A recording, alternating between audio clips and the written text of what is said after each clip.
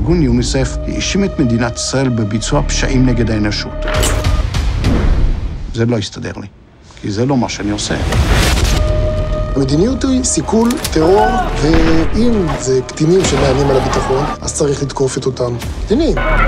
קטין שלא היה מעורב הרבה בפח"ע, הוא ישן בבית של ההורים, ולא אמורה להיות בעיה גדולה להגיע ולעצור אותו. לא, אתה משפט.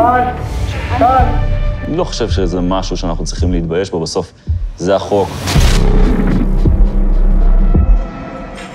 יש 2 אולמות שמריצים 50-60 תיקים ביום, וזה מכונה.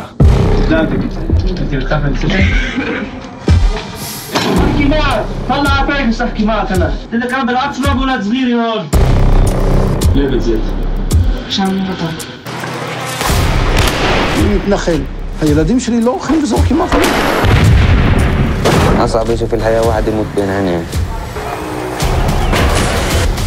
מה זה הכעס הזה? מאיפה זה בא?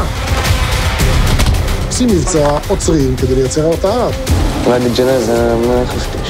طلعت قبضت مليان صار فينا. איזה אידיאולוגיה יש בזה? זה טרור לשמה.